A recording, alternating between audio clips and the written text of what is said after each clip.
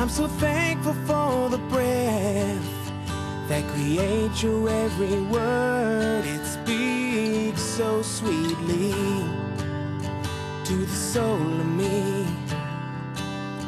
I'm so thankful for the bed where you wake from your rest. Give me another day of your love in every way. There's a calming sense of peace between you and me. It feels like home,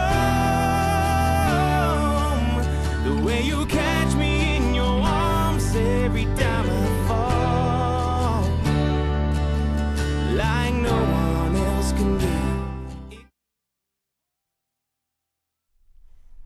Welcome to Just Men, a life-changing program that resonates hope as well as encouragement. The program that gives you information and inspiration for the glory of God. I am your host, Jeff Tate, and thank you for joining Just Men. On today's program, we have a very special guest. It's his first time being on Just Men. Please welcome Spencer Ezell. Spencer, welcome to Just Men. Great to see you. Thank you for having me. Oh, man, it's a tremendous pleasure for you to be on a program, and I know we have a depth and a length and height and everything else in terms of the information that we want you to share about your life and your story. But before we dive into that, share a little bit about who is Spencer Ezell. Spencer Ezell, a small town boy from Northwest Tennessee. Moved to Nashville in 2005, early 2005. Small town, UT Martin area, Greenfield. I say UT Martin because nobody's ever heard of Greenfield, you know. It's hardly even on the map, you know. About 2,000 people or so went to school there, graduated high school there, up until I was about 21, 22 years old. Moved to Nashville for music. Wow. So, you know, a lot of people come to Nashville for music in terms of it. But what was the inspiration behind that, behind the scene, before you even got to this music career? And we'll talk a little bit about your music career in terms of songwriter, producer. But share a little bit about behind the scene and your upbringing and what kind of put you on the pathway to music. Well, actually, the funny thing about that is my grandmother, grandfather, they both sang, played instruments. She plays piano, sings guitar. He played fiddle.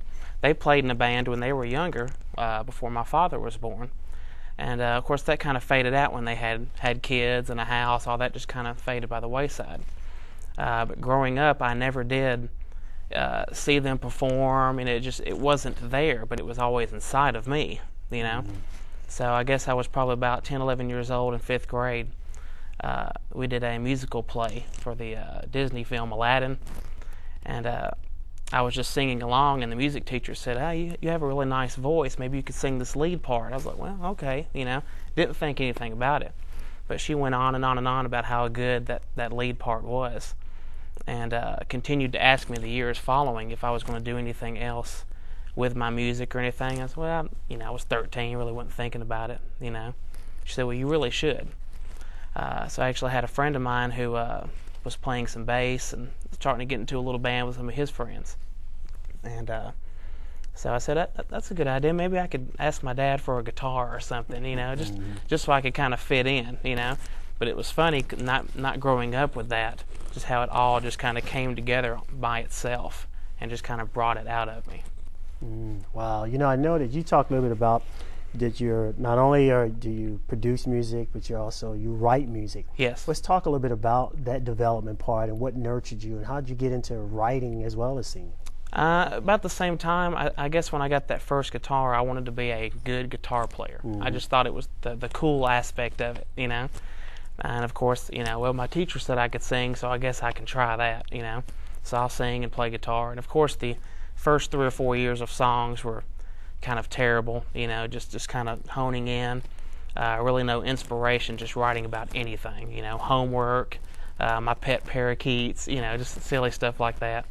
But I would say when I was probably about 18 or 19, started settling in and kind of writing about more specific things like love and heartache and stuff like that as well. That was kind of the origins of it. Yeah. What do you know about love and heartache? I mean, especially, and we'll talk a little about the type of music and how would you classify your music. But before you get into the classification and the boundaries of classification, because I know sometimes when you say, I do this kind of music, because I went to your website and it seems very diverse in terms of your music. It's kind of like a pop rock, I guess, with a hint of country. And the past few years I was doing more hard rock. And I'm more used to writing about painful times in my life. That's pretty much all that I wrote about. Until I got to the point about a year or so ago, I started writing more positively. And I kind of started moving towards this type of music, because I was raised in church. I've had a very strong relationship with Jesus Christ. And this kind of just came back to me, said, you need to write this way. It just kind of forced me into it. I was, playing late in bars at 2 in the morning. I was like, what am I doing here? It's not me, but I was just there for the music part of it, not for the extracurricular activities, so it just kind of, it's the sound I have now is just kind of migrated into what it is now, more positive message and Christian based. Wow, that's beautiful. I know that sometimes people think that the identification of Christian or going to church, that it insulates you from the pain of life, the difficulties of life, but yet all of it works together, and how it cultivates and produces, the light in you. Sometimes it's through the turmoil and the suffering that you become awakened, that it wakes you up and realize that. Talk a bit about that painful time in terms of you, still though you love music, but yet you're going through pain, and many times music is supposed to soothe a lot of that. It's been an incredible outlet, for sure. Yeah. So how do you, what do you go through, and how does music becomes that outlook? Because I know there's many men who watch our program that are in a very painful moment in their life. Right. And they don't see the glimpse of hope, the glimpse of light. So maybe through your life, kind of vicariously, they see you now. But let's look back and turn the page backwards on the way you were before. What was going on in your life that had you to write such a dark period? Well, mainly with the music, especially starting out, it was mainly more, about breakups with girlfriends and different relationships and stuff like that. Lost my dad at the age of 17 to cancer, and my mother and him, they divorced. I guess I was about 6 or 7 years old, and he pretty much raised me, so it was just me and him. And I'm actually a single father now, so it was kind of kind of strange that ended up being the same way. But he pretty much raised me on his own. And just as I was about to graduate, he found out he had cancer in June, passed away in February. So that was a very painful and trying time in my life. But I had the greatest father in the world, a great mother, great grandparents. I can't complain about my childhood. The small town aspect of it. I think I had 39 people in my graduating class, just really small, homey, very love-filled. So I tried to live the same way he would want me to if he was still here. And I do that now, 10 years later. So. Wow, that's beautiful. And reflecting on your father, and I think it's awesome that you would, we appreciate your candidness and openness to talk about your father, and really to give a level of tribute to him in terms of your life and how you're lining up with his expectations. What is it that you've seen in your father growing up that you even maybe write about now, or you even sing about, or even attribute to that, what you've seen modeled in front of you as a father? Just when I think on him and I view him, very strong integrity, very strong man, very honest. If he said it, he meant it. That was it. And sometimes disciplining my daughter and the way I'm around her, I kind of hear him in me as well. So he had a very, very strong influence on me, especially during the Christmas season. I always think about him and stuff like that. So it was very difficult at the time. And like I said, I was raised in the Church of Christ. I was there since I was in the crib. And after he passed, I didn't go for a couple of years. Didn't go to church at all. And I wasn't really mad at God. I guess just being 17, I was confused, didn't know what was going on. All of a sudden, you're out on your own. You don't know what to do, where to go. But it's just amazing how God just kind of grabbed me back and pulled me back to where I needed to be. And it's just always been there for me from then on out. Wow, it's beautiful. Share with me some of the lyrics of the moment of light, this moment now that you're operating is more cheerful and more joyful.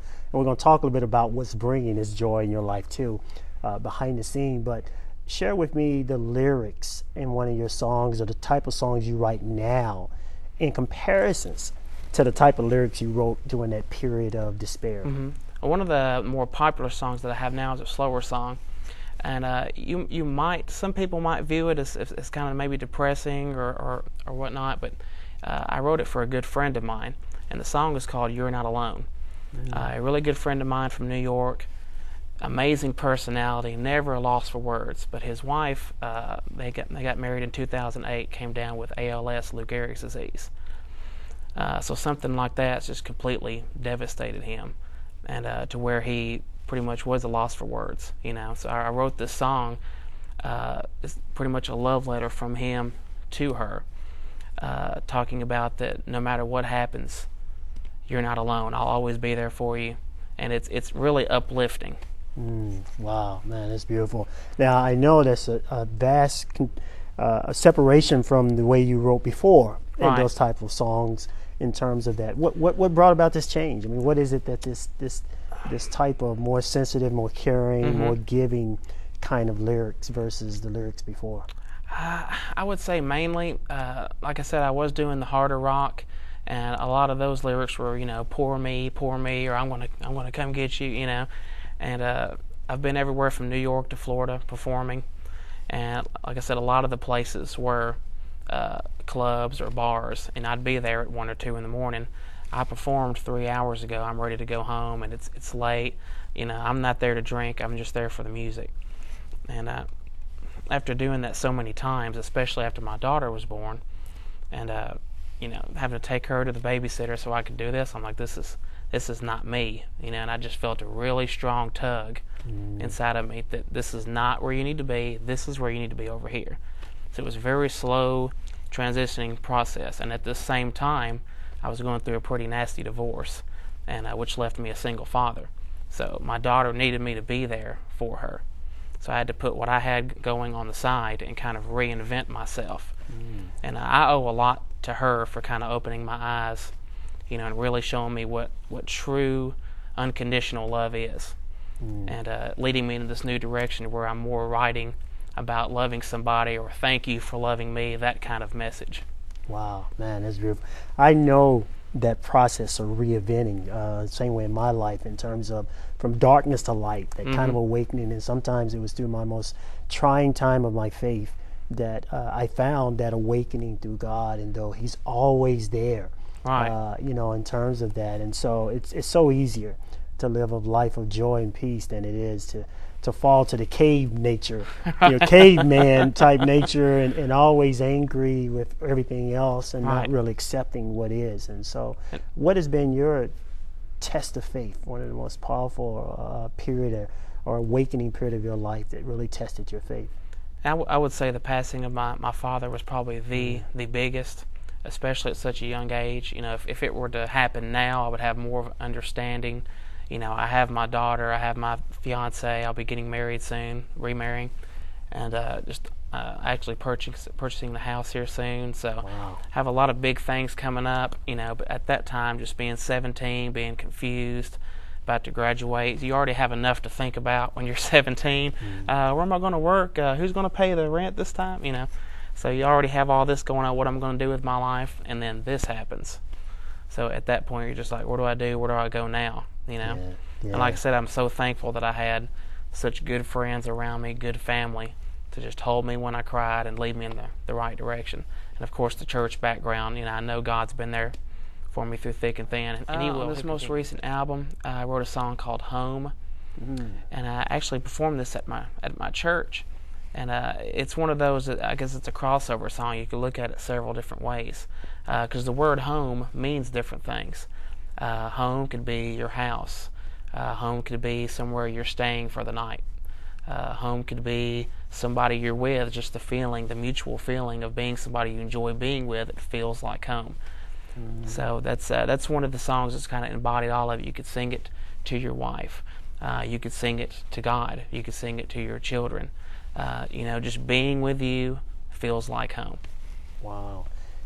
I had to ask you that. I said, one of the things that many times people are on the program and they share that they are a songwriter, and there are they sing as well. And this song, Home, give me 3 verses or so, as though, because your fiance is in the audience. Mm-hmm. You don't have to sing it to me, but obviously since you and I are on the show, but we know, because it's going to mean a lot, not only just for me, because I know your spirit. I mean, beautiful spirit, and I thank God that He's brought this transformation in your life, this newness in your life. But also this song, I want to hear some verses of this song and Home, because there's just a pull on me now to ask you that. So can you sing? Okay, how about a chorus? There you go. Hey, whatever they say, but hit me with it. It feels like home, the way you catch me in your arms every time I fall, like no one else can do. It keeps me warm, like a blanket in the snow of a winter storm. Wow, that's beautiful.